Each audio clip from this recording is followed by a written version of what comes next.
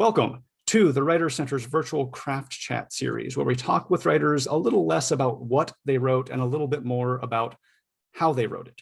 My name is Zach Powers. I'm the Director of Communications at the Writer Center and also the sometimes host of these events. And it's my pleasure today to welcome Kristen Arnett, author of most recently With Teeth, an excellent novel that I really loved, and Kristen, I love your writing in general. And to share that with people who may not know your work, could you please read just a little bit from With Teeth so they get a taste of what we'll be talking about? Yeah, I'd be happy to. Thank you so much for having me, Zach and Amy and Emily. I feel really happy to be here. I know I'm not supposed to, I'll get into the reading, but I'm always so thrilled to be like in a space where I feel like I can be with friends. So it is a genuine delight to be here. I'm gonna only just read like 2 short pages. The only thing you need to know is that Sammy, our protagonist, is dropping her son off at swim practice. We're in Florida.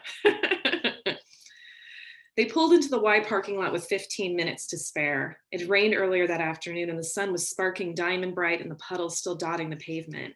A blue jay sat washing itself in one, flicking water off its wings every few seconds. Sammy rolled down her window to smell the fresh air and watched a procession of moms pull their kids from their cars, carting them into the building. One mom Sammy had gotten friendly with, as friendly as she was used to being with other moms anyway, was Lenore, who had a little girl Samson's age. The 2 kids didn't really hit it off, but Samson didn't really hit it off with anybody. Sammy knew that feeling. It was hard for her to make friends too. She missed the queer people she'd hung around with when she was single, back before she turned into a gay mom. She always thought about it that way in capital letters, because that's what happened. You turn from a queer woman into a queer mother, and suddenly your old life and friends didn't fit the vibe of your new life. There were no gay mommy groups in Orlando, hardly any gay people in her everyday interactions besides her wife. Lenore had 2 kids. Serena was the younger, but the other was already in high school, a son who played basketball. Lenore was divorced. Lenore had long blonde hair she pulled back on either side with a tortoiseshell barrette. Lenore had short teeth and a dimple in one cheek and wore bright red lipstick that sometimes stained those little teeth like she'd been drinking wine. Sammy thought about those teeth a lot. Too much, probably. Okay, I'll just stop there so we can get into it. Thank you so much. Thank you. I love that section. So I need to go back through the book. There's so many things. I have tabs all on the sides. I need to like go back and review where my tabs were. So just real quickly, in your own words, who the heck are you? Who the heck am I? Yeah. Goodness. I would call myself like a garbage raccoon of a person, and I say that lovingly. I would also call myself America's gay dad. Is how I would describe myself, and a 7-Eleven aficionado and enthusiast, and also a writer, a queer writer, and lesbian. Excellent. And Floridian. I have that in too.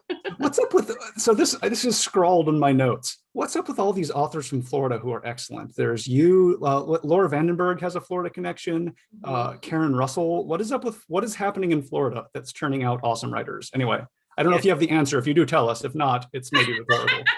We do have a lot. I've been excited about like the renaissance of like female Florida writers coming out, and a lot of like queer writers too. But yeah, Laura and I grew up in the same town. We went to the same schools and stuff.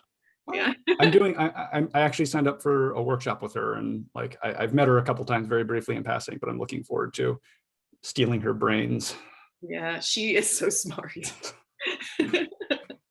All right, so the first official question we like to ask all our guests: what's something you do in your writing or as a writer that people don't seem to notice? Maybe some element of craft that you focus on or pay attention to, and you'd like to talk about, but nobody ever brings up.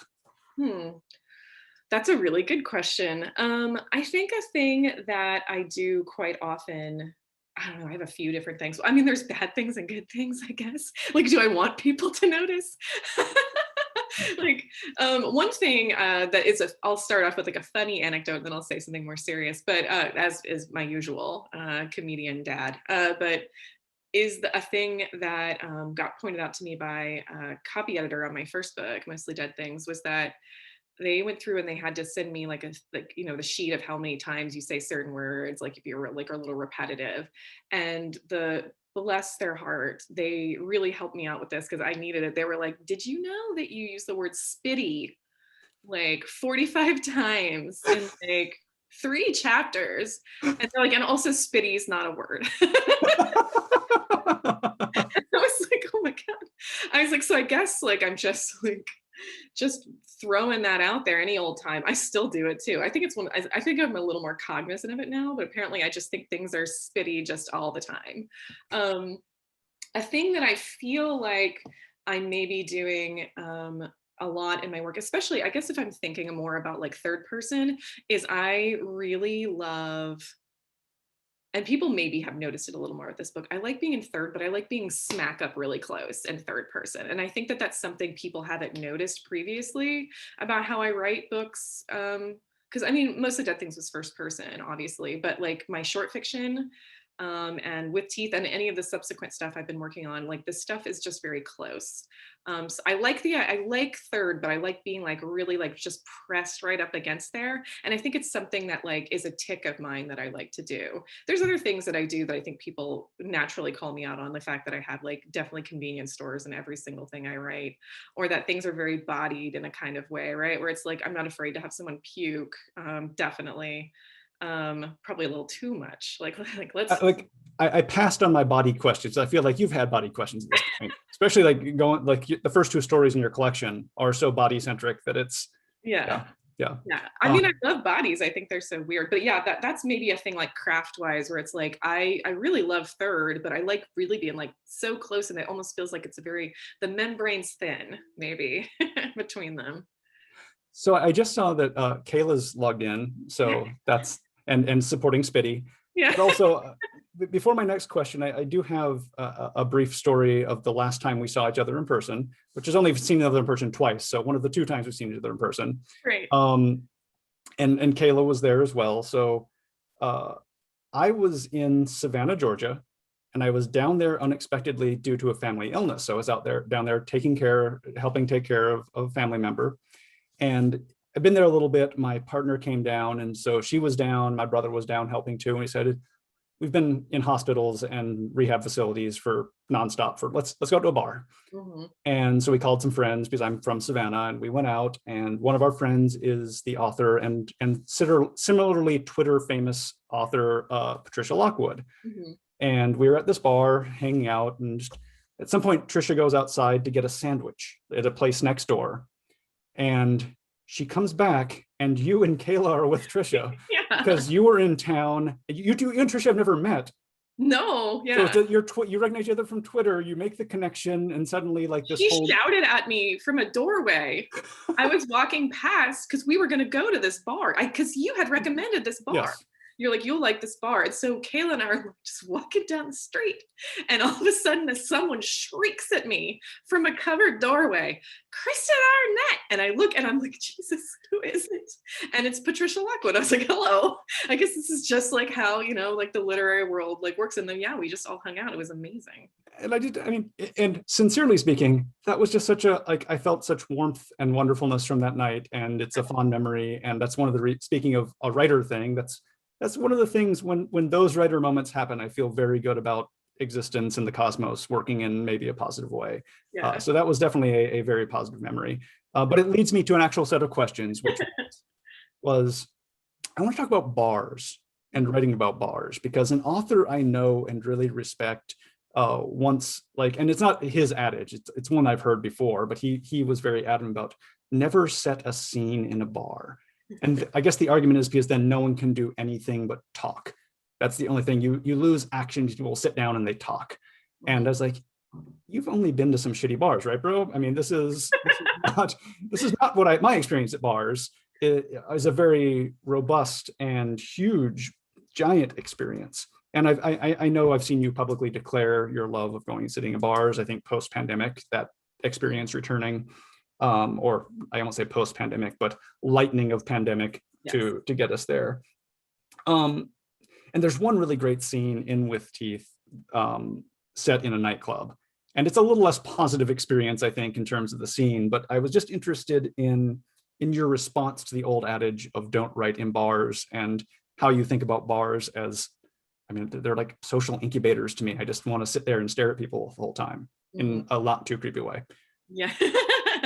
I don't think, if I'm writing something, whether consciously or subconsciously, a bar generally works its way into it. I mean, and part of that is you're totally correct. Like, I am a person that loves bars, but I also think, like, when we're thinking about bars, I also, like, I think that adage, like, right, like, has definite heft and significance. If we're thinking about, like, right, like, what are we having characters do when they go into a bar?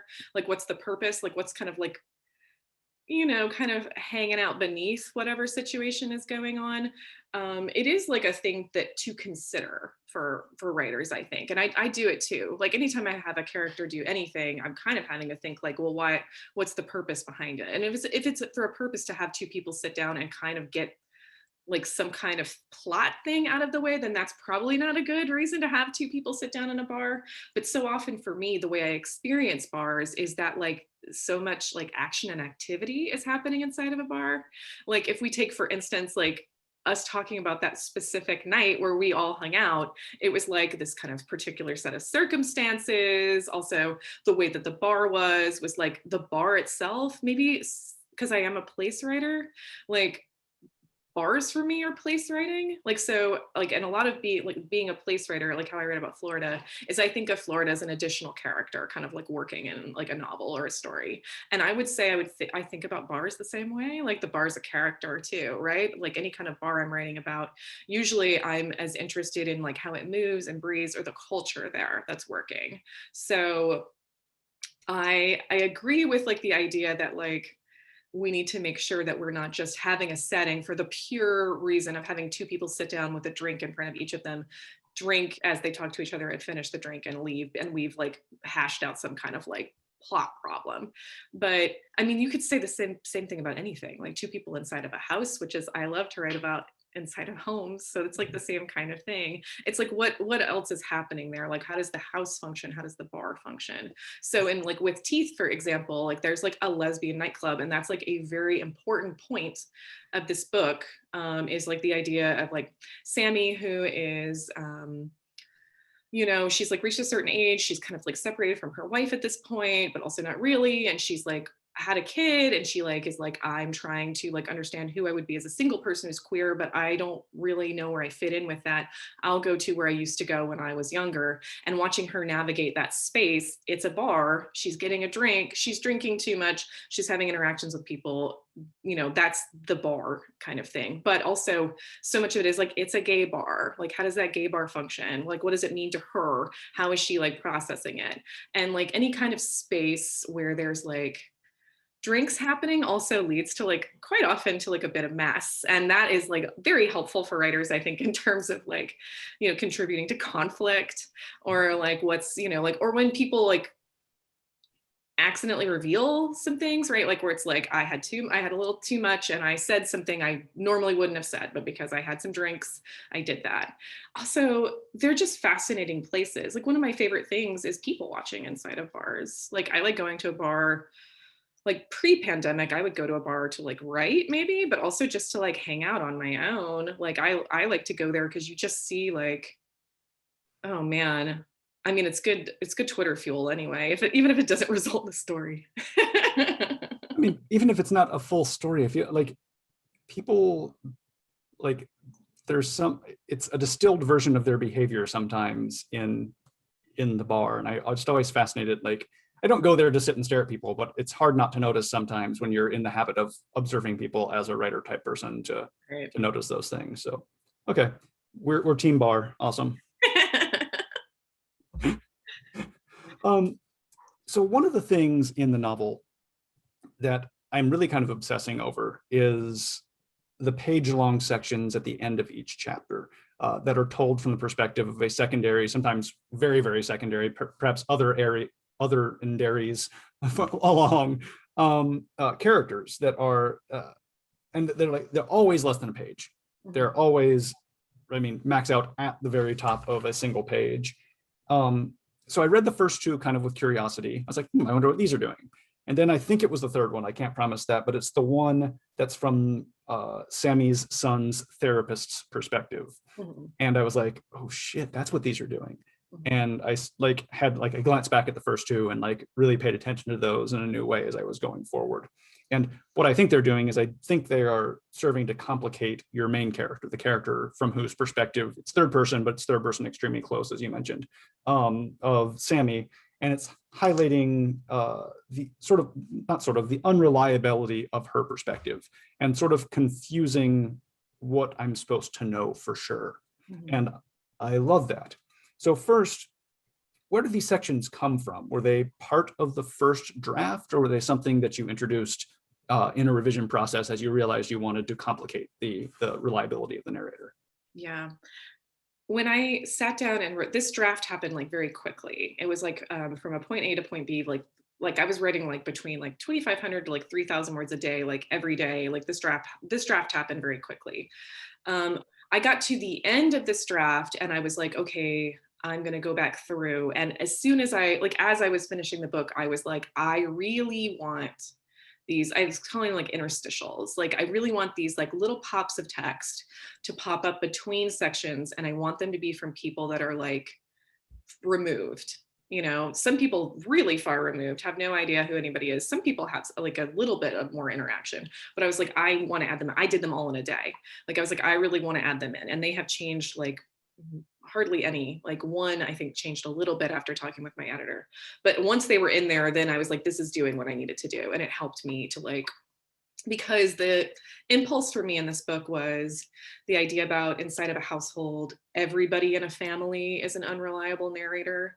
Like not just Sammy, who is an unreliable narrator, like throughout this text, but like anybody in a household, right? Like anyone you share, like it can be like family stories, like what family looks like, you know, close friends, biological family, like, you know, if you're in a queer family, a kind of like found family, like whatever that looks like, any kind of like group, whatever stories that y'all share, like diverge from each other, like they just naturally kind of do. And that's what happens inside of a family. And I was like, I'm less interested in getting the truth inside of a household. I think is like a real flimsy word to use, because I think it's just like, right, everybody in a household is like their own like main character. Like we all have main character syndrome. So I was like, I am less interested in seeing Samson's perspective or her wife's perspective, because I think I can get really close on them and give them the time, but I'm just getting another version that's their version of something. And it's still not necessarily a truth, and I'm less interested in that. And I was like, what I really want are these pops of perspective that are like people who have no stakes inside this family. They have no stake in the game. They really are like just going to show us the ways in which, like, is Sammy seeing this a way that this person sees it or no? And sometimes yes, and sometimes no. And sometimes it's completely outside of what she thinks, which is quite often, I think, just like how communications work with people, like just in general. And I really, that's where I was like, this is what this needed. I felt very deeply that those needed to stay in there. And luckily my editor was on board with me on it, because I was like, these really need to stay in, because I really wanted to see that kind of like, just, you know, like when you're in a room and there's like the person and this is what they see, they're in the same seat all the time, like somebody that's sitting in a corner that never gets sat in, and they're looking at all the ways that things don't get seen. And I was like, that's what I want to see with this. Just a minute, like just not more than a page. I really wanted them to be short and just be like, I'm going to give you a little of this particular perspective from this person, and then we won't interact with them again. Like we don't really need to see them, just enough to give us like what they see of this family or of Sammy. Mm-hmm. So you mentioned that your editor was on board. Was there any pushback from anyone along the way? And I'm saying that as I'm so glad these are in here, but at the same time, like my publishing brain's like, someone must have like, well, made that noise at these, right? I mean, or was it just everyone accepted the fact that you know what you're doing and went with it? Shockingly, yes, I couldn't believe it. Because this was a different experience publishing wise than Mostly Dead Things. Because Mostly Dead Things went through several years of like me working on it and then getting an agent and working on it with my agent, and then Tin House picking the book up and us working on that together. Nothing changed like dramatically in Mostly Dead Things. It stayed the same shape, but this was a different animal, pun intended with Mostly Dead Things. But I had only had like a certain amount of the book written and it went to auction. Like I had only had like 70 pages of this book done, and it went to auction, and Riverhead bought it off of these 70 pages. And I had to like have discussions with like editors and them asking me like, what do you think is going to happen in this book? And me saying, because I don't outline and I never know what's going to happen, me saying like, I don't know. Do you trust me? Like, do you trust me to kind of like move through this book? I can tell you what I see the shape as being. I can tell you what I'm thinking right now. But I am the kind of writer, just my own personal like practice, where it's like, if I know what's going to happen, I get bored. And I worry that if I'm bored, then the reader is absolutely bored. So there's that. And then also, if I tell myself I'm going to write towards something, I immediately start writing in the other direction. So this draft happened like after, like I was like, okay, I was on a deadline. So I was like, this has to happen. I'm going to sit and I'm going to work on it. And luckily when I gave it to Cal Morgan, who's my editor over at Riverhead, he looked at it and he saw what I was trying to do and he was on board with everything. Like there was very minimal pushback. The only thing we ever like had to change that was like a little hard for me just because I'm such a person with titles was we had to change the title. It was not originally titled with teeth. So that was like the only kind of discussion, but otherwise, no, like they were really on board. Everybody was really on board with what I was trying to do, which was surprising. I was like, you guys trust me a lot, I guess. Oh. And just for the aspiring writers, 70 pages going to auction is not the normal path for getting a book picked up.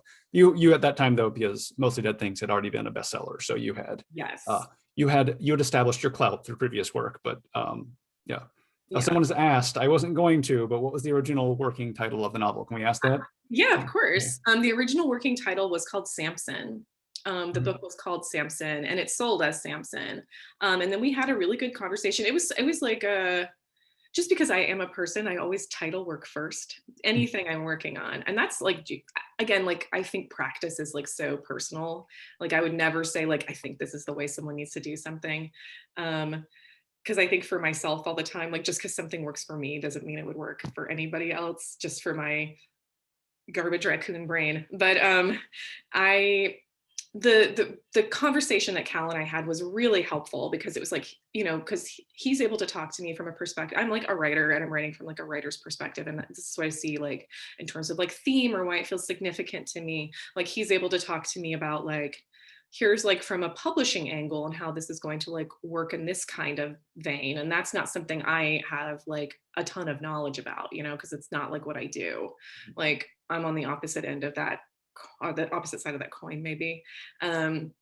So it was helpful to have that conversation, but also the agreement was that I would be able to come up with my own title again. Like nobody would title it for me. I'd still get the opportunity to name it. And it took me like 2 days and I came up with this. And I think this is absolutely the title it was supposed to be. I mean, it's a very feral kind of book. It's a very toothy, biting kind of book. So I think there's literal biting. There is a metaphorical bite. Yeah. That's really interesting. I mean, and I think it's valuable to say like there's value to being able to listen to and understand when the publishing people are actually not just meddling, but actually coming at you with experience and good interest. So that's actually a skill that writers should probably cultivate sometimes, is to recognize that sometimes publishers are coming at you not to assault your art, but recognizing that a couple small things might actually help them do their job and help you do the ultimate job of selling books. Yeah, I mean, and it was still a conversation. And I think that maybe that's what's important to know. It's like whoever you're like working with publication wise, it's like it needs to feel like, right. It was a compromise between us. And it was also definitely a conversation. We were having a conversation about it because it's like a work where it's like, obviously I want my work to be successful and I care very much about it. They want my work to be successful and they care about it. So it's like a mutually beneficial way to like think about the work. And I was more than willing to hear and hit what he said made sense. And so I was like, I'm on board. And then ended up being like exactly what should happen. So I do just have one question about those sections. You said you wrote them sort of as a single unit and then put them in. Was the goal always to keep them as short as they are? Did you want, I mean, they are all under a page, which I mean, that's surprising. Just, I feel like at some point you'd be working with these and it was sprawled a little bit, but you kept them so tight and concise. And so was that always a goal to keep them that length?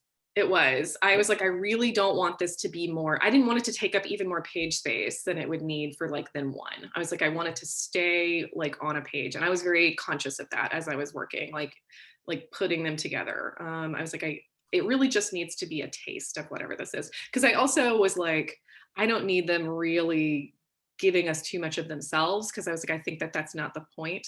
I was like, I need enough about them to know like who they are in contrast with this family and with Sammy particularly, but I didn't necessarily want there to be, I didn't want it to be unwieldy. I didn't want like a reader to be like, how much do I need to care about this person that I'm encountering right now? Because it's really not like, for me, the point wasn't for them to spend too much time with those people, but it's like a way in to see the ways that maybe Sammy is incapable of like either informing herself or informing us as the readers, like as we go along. I just needed it to be like a small punch for each one.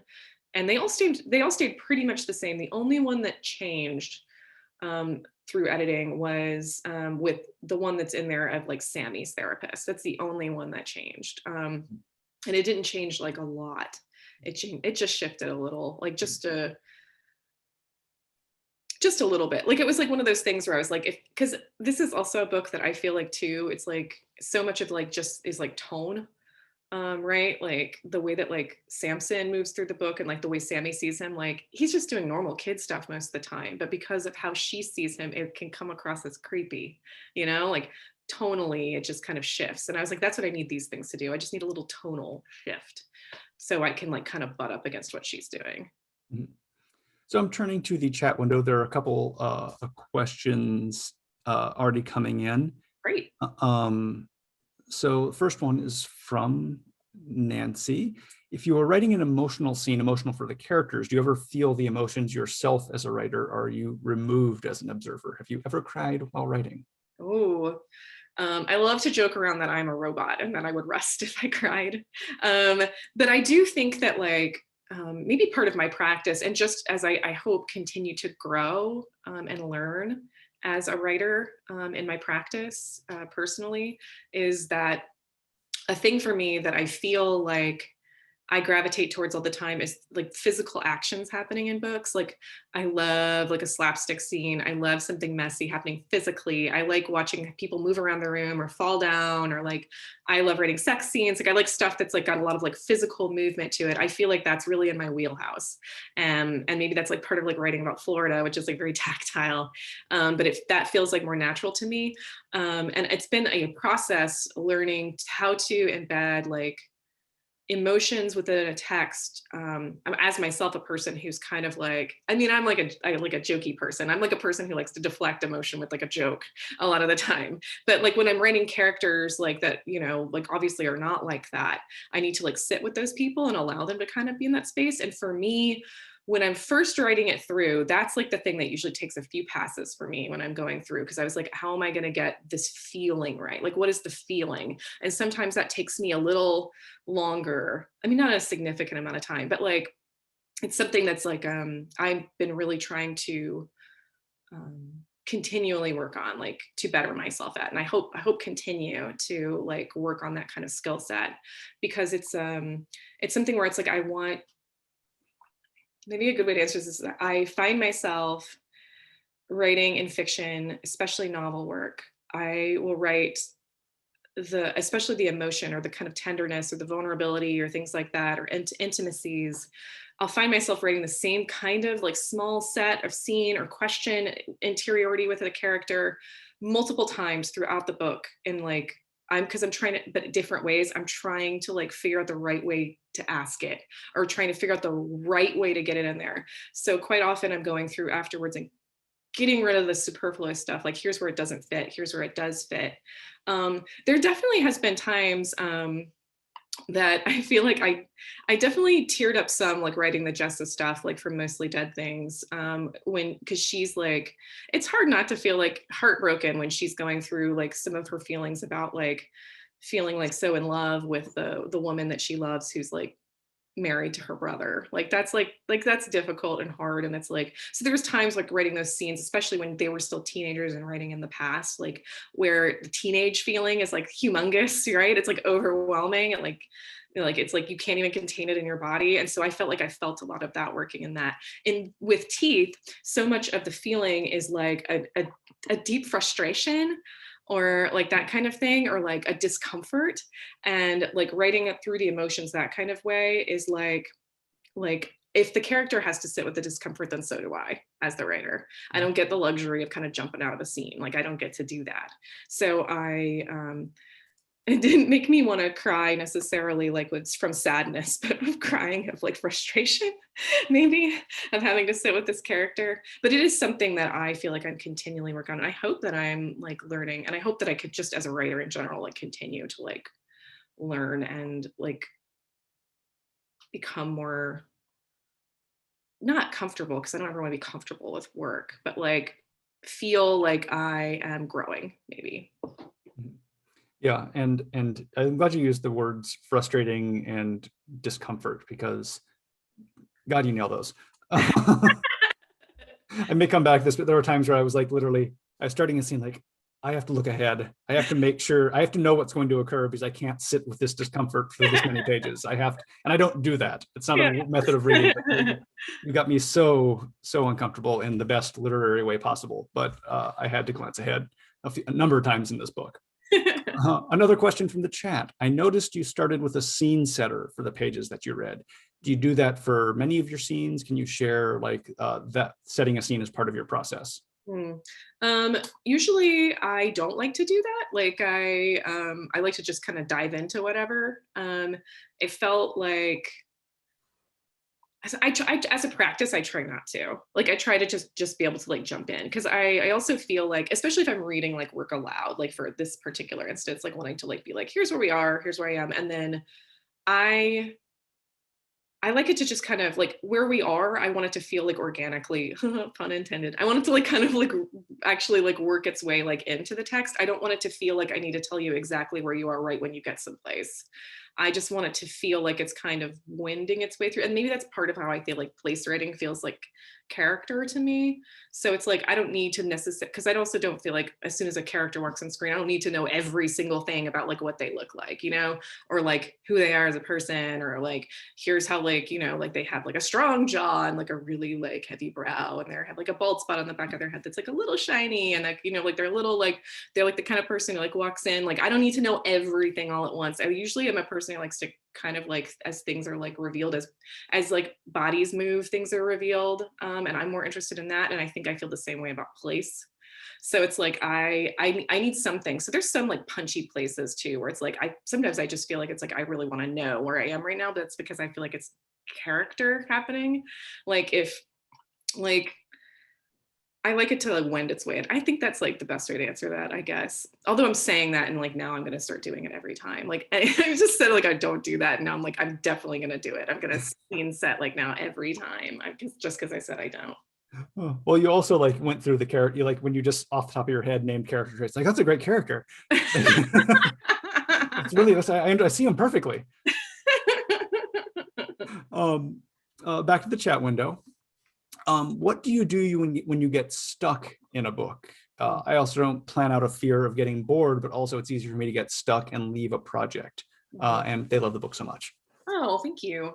I think this is like a legitimate question, and I think it's a question that every single writer has. Like, I'd be really deeply surprised if someone was like, "Well, no, I never felt like stuck in the middle of like a project." For myself, I mean, I can only speak to my own process, but like generally, right around for novel work, when I get to that, oh man, like 40,000, 50,000 word mark, like so for me probably about like a little halfway through the book, a little over halfway through the book, my brain starts telling me that I'm stalling out. Like I start like worrying, like my brain manufactures this thing where I'm like things aren't actively happening enough, and then it's like I have to like fight my own inclination to start just putting like a bunch of active things in there, because I start worrying that like, you know, my plot has stalled out or something.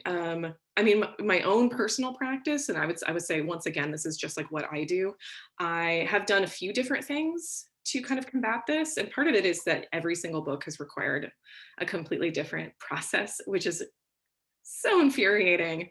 I can't tell you how infuriating that is, because it's like maybe my librarian brain, because I'm also a librarian, wants to like have some kind of like best practices or like process and procedures where I can like check it off and be like, okay, if I do this and this and this and this, then here's a book at the end of it. Like, is it any good? Maybe not, but it's a book, you know, here it is.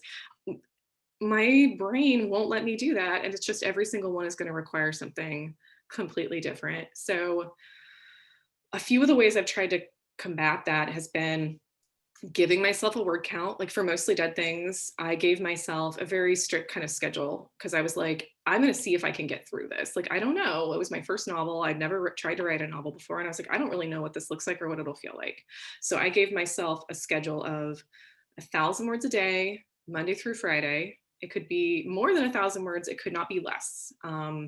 And I was like, yeah, I was working full time at the time and also going to school at night. So it's like, I will find time to like put this in here. Like, I was like, I will either wake up real early and do it at the library. I'll do it on my lunch break. I'm like, I'll be like drifting off to sleep. But at first I'm going to write this 1,000 words. I was like, I'm going to do it. I'm going to like make a commitment with myself that I'm going to write 1,000 words. And then I was like, on the weekend, I can, write some if I want to, but I don't have to. So then at like bare minimum, each week I have 5,000 words. At the end of a month, I have 20,000. At the end of several months, I have, what is it? It might be a book, it might not be. And that's what I did for that project. And the second part of that was that I come from like short fiction background. And the way I write in short fiction is completely different than the way that I write in novel work. And part of that is, I've heard Kelly Link describe it as like the typewriter, where it's like, you start like here, and like as I'm writing in short fiction, it's kind of like typing up, and then missing, and then and you can do that in a short story. You cannot do that in a novel. And I was like, if I try and do that in a novel, I'm going to get so bogged down with trying to make each sentence beautiful, make each word count, that I am going to be stuck in a single chapter forever. And so I only let myself read the last paragraph that I had written the day before. I was like, I will see where I am. I won't go back and correct typos. I'm going to keep going. And then just to make sure I can get through it. And that's what I did for that. With Teeth, I was like legitimately like, I am going to, like, it doesn't matter. I was like, I'm writing this book. It was almost like I was like in a fight, like a physical, I felt like it was a wrestling match with the characters in this book and the plot. And it was me, like every day I was writing like an extreme amount. And yeah, still when I got to the middle of the book, I still was like, what the hell is happening here? I don't know. Is this something? Is this like what's supposed to be happening? I think if I'm just going to like, maybe that's just it for me. Every time I get to the center of like whatever project I'm working on, I at least can know that I'm going to have that feeling and feel like, well, maybe this is nothing, or maybe it's not anything. And just the idea that I have to push through it and maybe at the end it is something that's like, that's a thing too. Like we can get to the end of a project and it's just not right. And that's okay.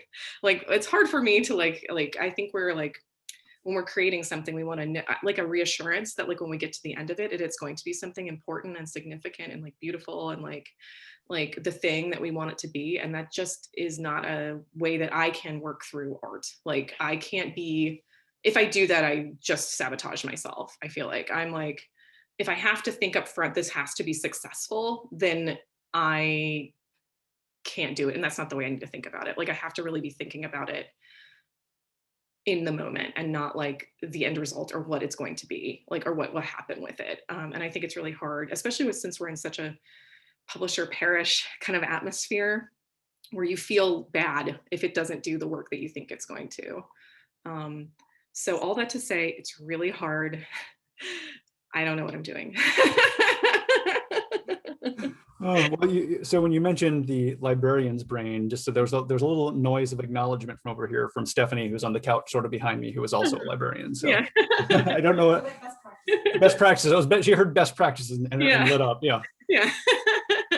I mean, it's like a thing too. I mean, I feel like librarianship has really fed into my craft a lot, because that's why I try and ask the question. I think of it like how I do like the reference desk, where it's like when people come up to the reference desk, you aren't like necessarily answering the question they're coming up and asking. You're trying to figure out the thing they're actually trying to ask you usually. And that's how I feel about writing, where it's like, here's like the thing, I'll throw it out there and here's what I think I'm writing about. And then reality, it's like that thing that I call question underneath the question. Like I'm trying to figure out what I'm actually trying to talk about or write about, or what I'm actually, more accurately, what I'm trying to ask. Because I think it's just me trying to ask a question a lot of the time when I'm writing. Less about answers, more about figuring out the question. So that is exactly, I had a question sent directly to me in the chat, which was, when do you know what your book is about? At what point in the process do you figure out the tangible thing your main character wants? Oh, wow. For me, it takes a long time. So maybe that's because as me as a person, I never know. Like I just never know about anything. Anytime I think I understand something, I find out very quickly that I do not. And I love that for me as a person, just continually learning, like moving through life. Let's like just learning new things every day. But for Mostly Dead Things, it started off for me thinking a lot about, right, it's about taxidermy. It's like a young lesbian woman who takes over her family's taxidermy business after her father, who owns the business, like commits suicide. And it's like moving through that, and it's like going back and forth into like memories of the past with this family, and then like the present, which is like very linear. And so for me, it started off about taxidermy, which I was interested in at first as a joke. And then the joke very quickly became something, because jokes for me are something I'm obviously have interested in it, like what makes it funny, and then I get like interested, and then I go down a rabbit hole.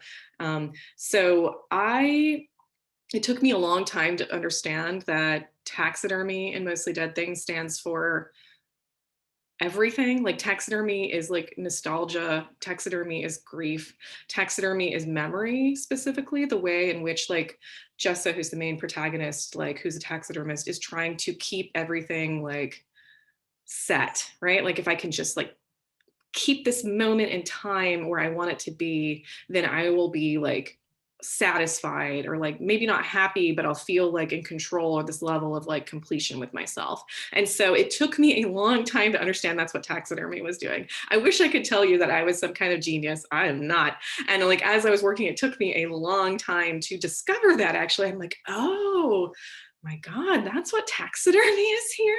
Like taxidermy is doing a lot of things. And it really became a thing where I was discovering it as I went along. With teeth, I knew up front that it was going to be like this very close third, where I was thinking a lot about like unreliable narrators. But I will be completely honest with you, like so much of like moving through this book was like being so close to Sammy,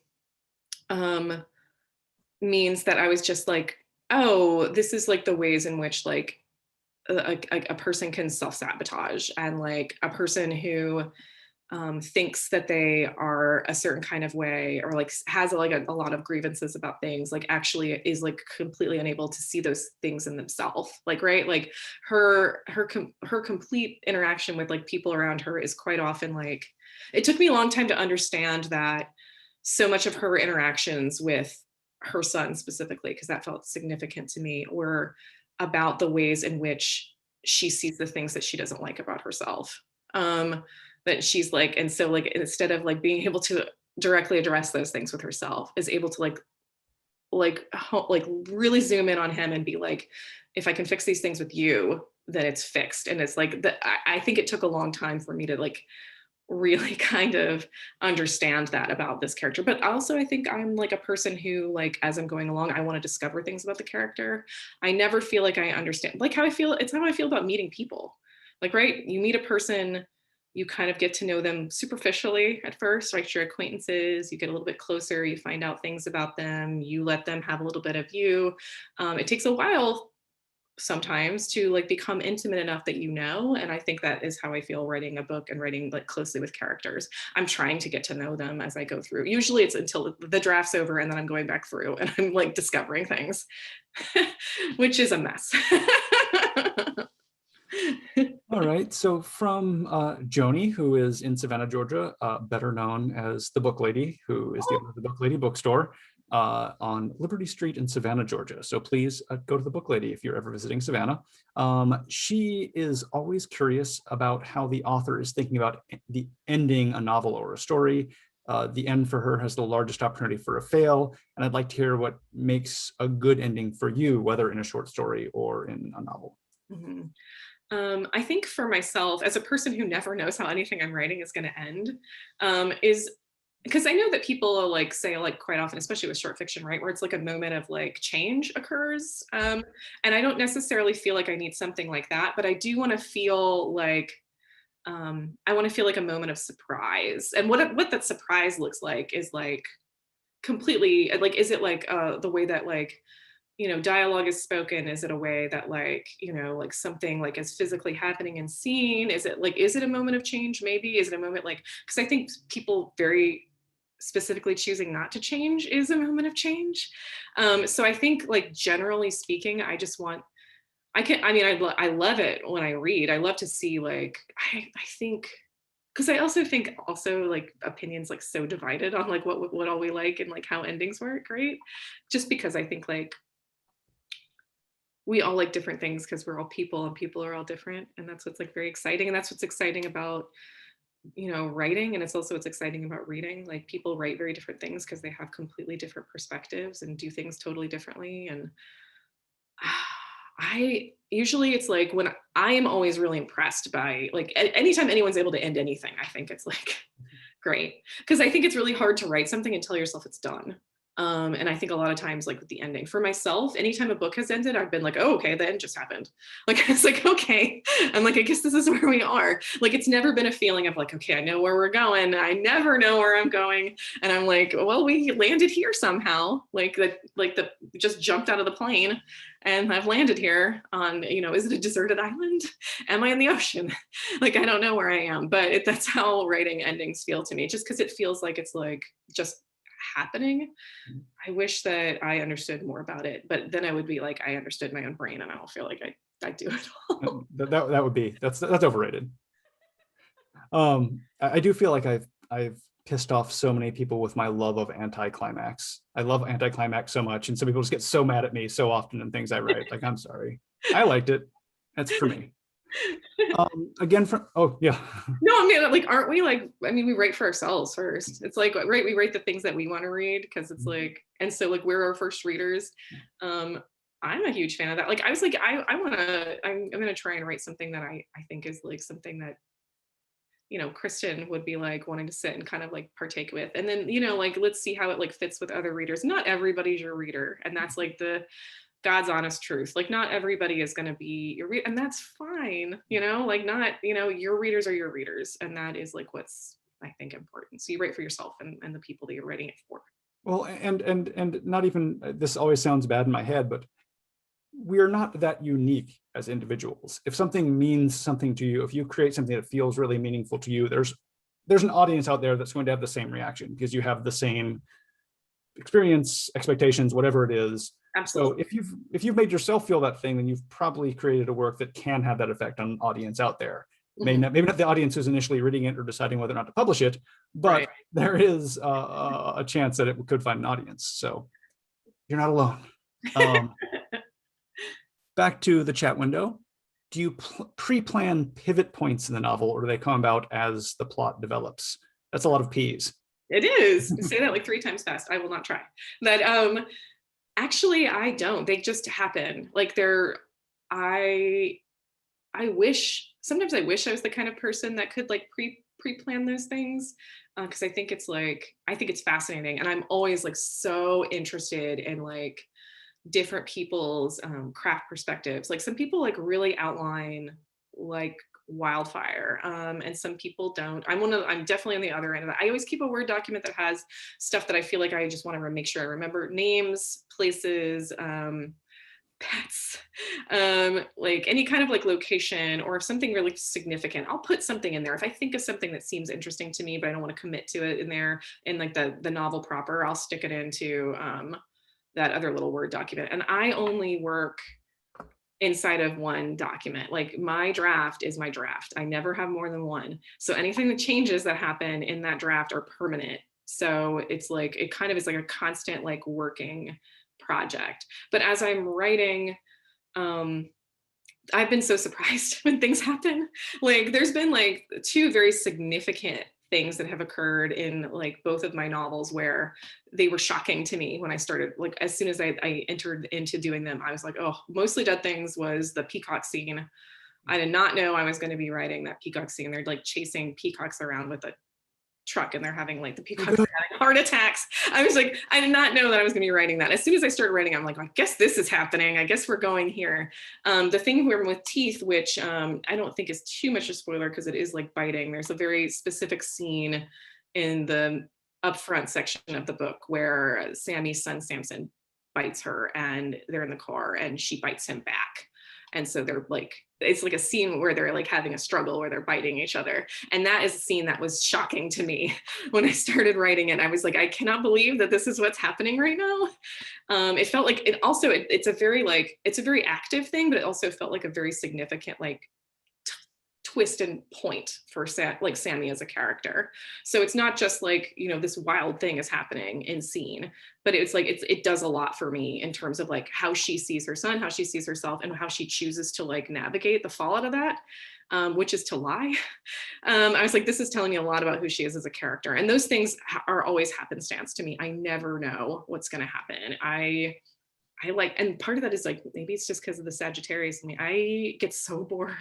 I get really bored really easily. And so I love when something surprises me. I love when something's like shocking and a surprise, and I live for that. So I think like as a writer, I definitely feel like that's what I'm trying to do when I'm working on a novel, because I'm sitting in there, I'm slogging through it. I want to be excited. I want to enjoy it. I mean, and I think, you mentioned two scenes, which I think are two of the more memorable scenes from the book. So there is something to be said for that process, achieving a writing goal of memorability. And yeah, those are fantastic scenes. So I'm glad you were surprised by them too. I wanted to ask one of my questions real quick, because I just think it's, for some of the writers on here, it might be a useful question, because I was really fascinated by it in the book. The novel's weighted really strongly in favor of scene over exposition. There's usually significant time gaps between chapters, and there's not too much exposition filling us on and what happened in those missing years. I mean, years long gaps are occurring, and we're not really filled in. We know the characters, we can infer that they are older and still in a similar situation in some ways, and then we're introduced to the new situation as the scene happens. How do you view, just in general, exposition and scene, and why does it seem, at least in my take, that you definitely seem to favor scenic writing over expository writing? Yeah, I think for myself, a big part of that is when I first started writing this book, back when, like well before those like 70 pages that got sold, this book was a different book entirely. I was writing Sammy as an adult woman whose adult son is having some struggles in his life and has to move home with her. And that was what this book was originally. And I was writing it that way. And I was like, okay, this will be interesting. I'll be able to do some kind of character study of the two of them. The past is really informing who they are now.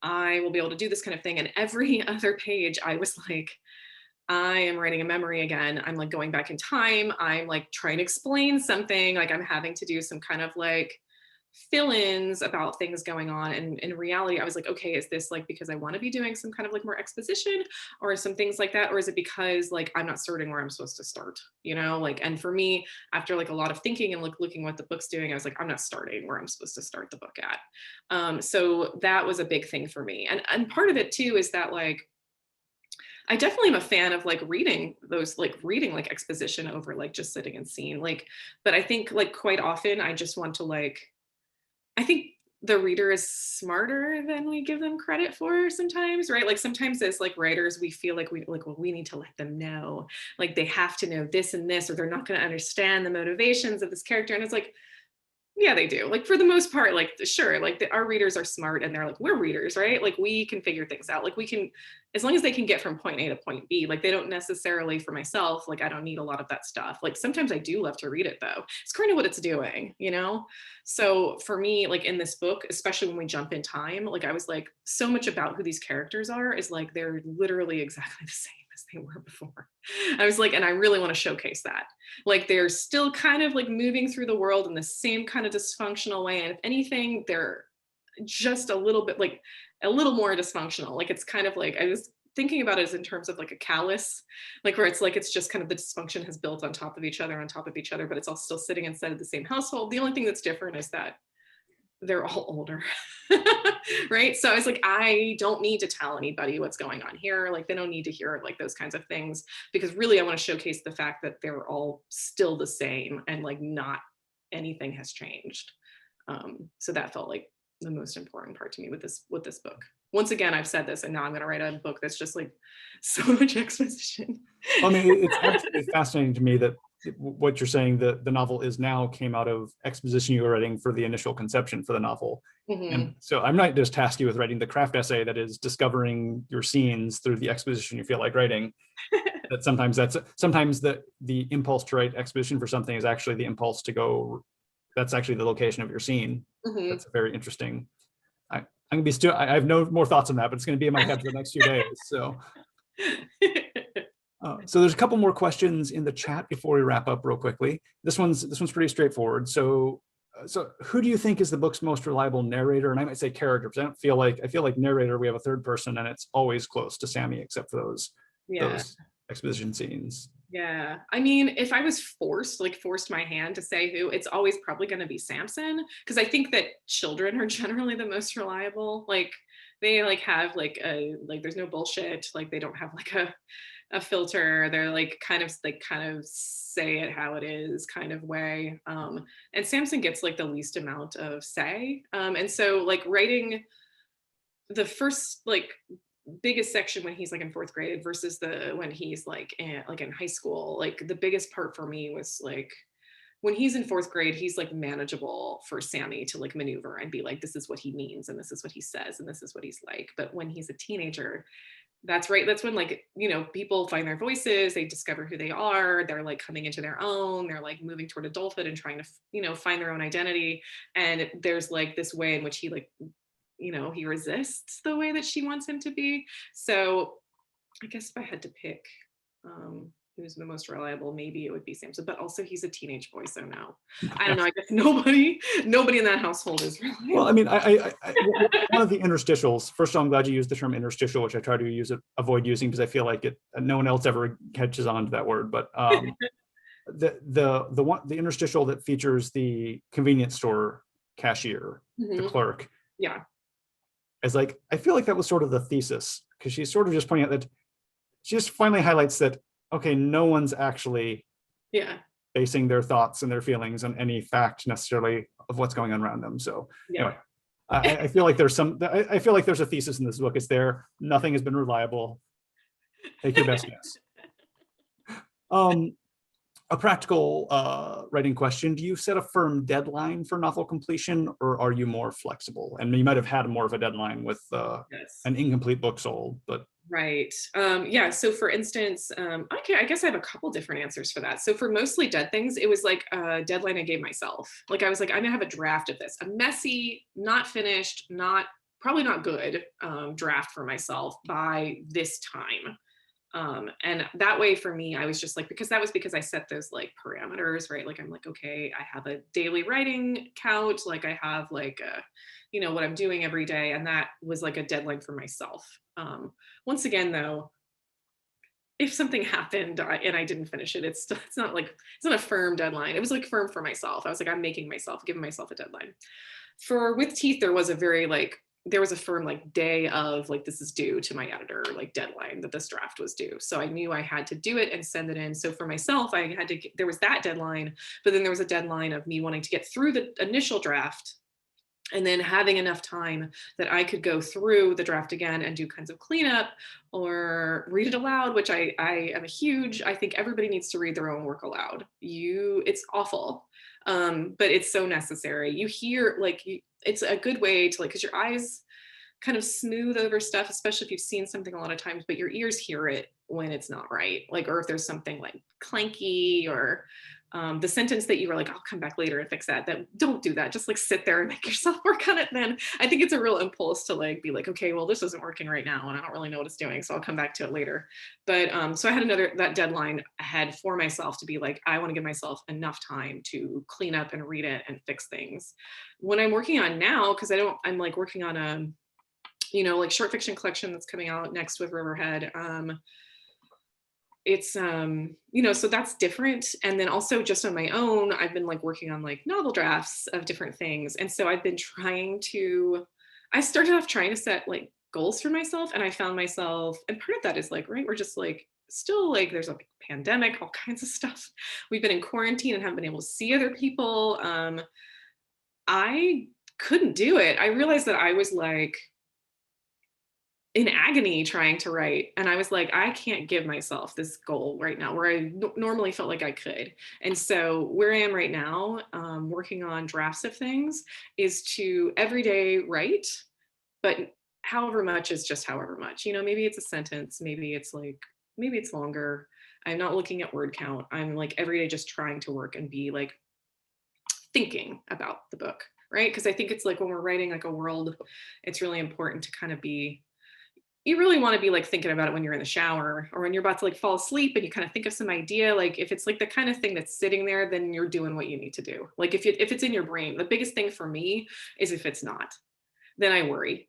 And there was like the projects I was working on when I was really trying to be grueling to myself, being like, I'm going to put myself on a real wild schedule and I'm going to get a draft done. And here's a deadline. And I was like, I would do anything not to think about that book. So I was like, I'd be in the shower. I'd be like, I'm thinking about Real Housewives of Beverly Hills episodes. I'm thinking about like, you know, taking my dog out and putting a shirt on the dog. Like I was like, I'll do anything not to have to think about this book. And that was a big problem. So I had to like reassess and be like, I want to be thinking about, I want to be like in this world, like, you know, like problem solving it or thinking about it or having things kind of like pop up, you know, because nothing, I mean, as a writer for myself, nothing feels as good as like that kind of like, moment when you're like, kind of like something comes to you and you kind of figure it out right then. And then you kind of like race around and want to sit down and like do it. So right now, no deadlines, but that's just because of where I am right now. I think it's completely fine. Also, I'm a huge proponent and fan of like, you know, it works for you right now, it works for you right now. If it doesn't work for you later, it's totally fine to change and like start and do a different practice. We're human beings and we're not meant to like be doing the same thing all the time. You know, like I don't want to write the same book over and over. I hope that I like will write different people and like learn new stuff. So it's okay for me right now not to have a deadline. Probably in the future, I'll try and give myself one because I am a control freak. Well, Kristen, I just want to thank you so much for joining us. To everyone, please go buy a copy of With Teeth. We'll pop the link to do that. So back there it is right there from Emily in the chat window. Please buy a copy, please read it, please write reviews of it, please share it with all your friends. It's a book I want more people to read. Kristen, thank you so much. Good night, everyone, and we'll see you next time. Thank you. This was wonderful.